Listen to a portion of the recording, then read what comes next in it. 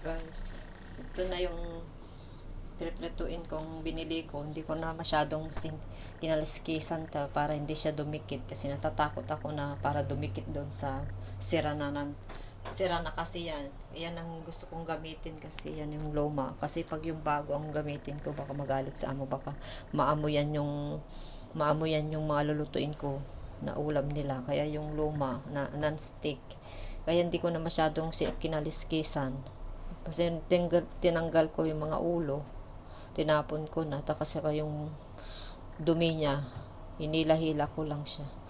Tapos para makaulam tayo ng matagal na pretuin ko na lang lahat. Wala akong suka, konti lang yung suka nila, yon pang salad lang yun. Parang tatakot pa ako kasi parang hindi pa siya.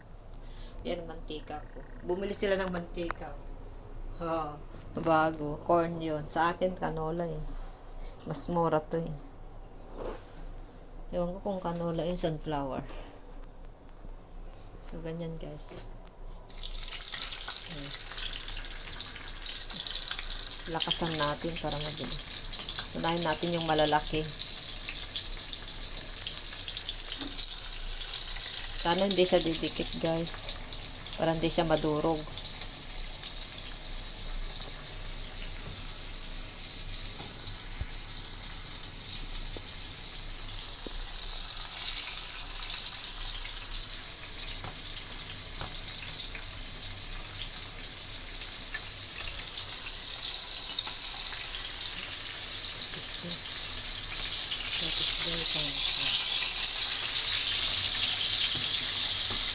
Hindi ko na makita yung malalaki.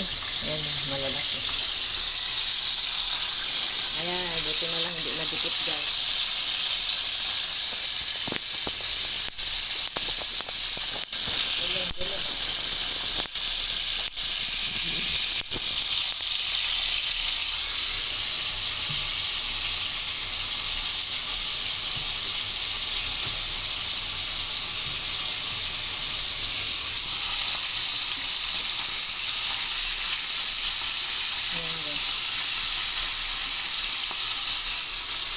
Marinig ni amo sa CCTV anong ginagawa ni John. Agang-aga nagluluto, sabi niya siguro sa CCTV.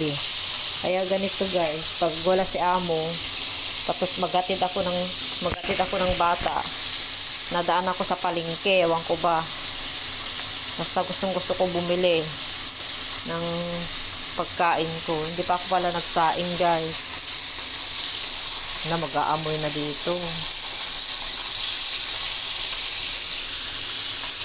So, ganyan guys. Patayin ko na guys.